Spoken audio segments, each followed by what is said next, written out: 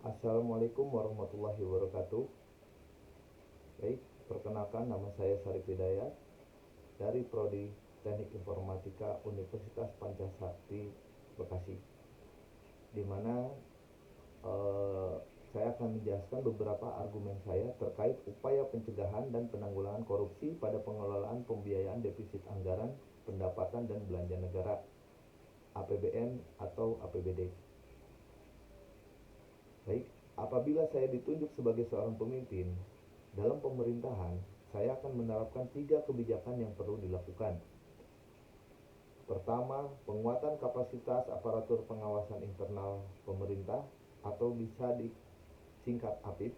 Ini perlu dilakukan karena fungsi dari aparat pengawasan internal pemerintah adalah untuk mendorong, mengawasi, mendeteksi secara dini atau early warning terhadap kemungkinan terjadinya tindak pidana korupsi.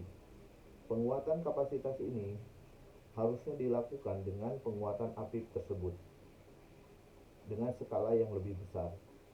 Kedua, penguatan penyusunan standar operasional prosedur yang tersistem.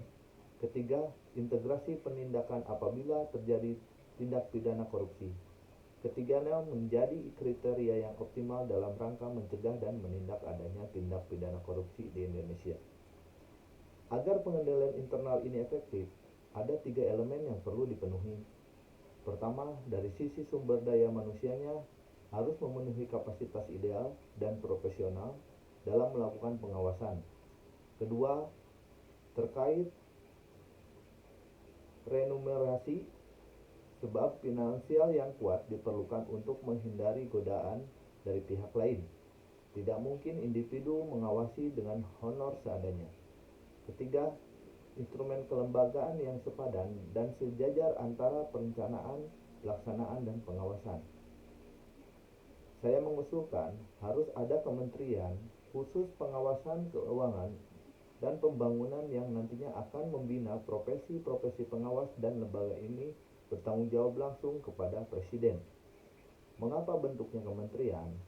Filosofi pengawasan adalah objektivitas. Untuk bisa objektif tentu harus setara dengan yang diawasi. Sementara saat ini APIP tersebut bentuknya lembaga pemerintah non-kementerian, artinya masih di bawah menteri. Jadi kalau misalnya dia akan mengawasi menteri sebagai pembantu presiden, maka yang mengawasi juga harus setara dengan menteri. Nah, dari segi sumber daya manusia, kelembagaan dan finansial juga akan sangat mempengaruhi efektivitas keberhasilan kinerja dari pengawasan dalam rangka mencegah tindak pidana korupsi. Sekian beberapa argumentasi dari saya terkait kebijakan seorang pemimpin di pemerintahan untuk mencegah terjadinya korupsi. Semoga menjadi motivasi. Terima kasih. Wassalamualaikum warahmatullahi wabarakatuh.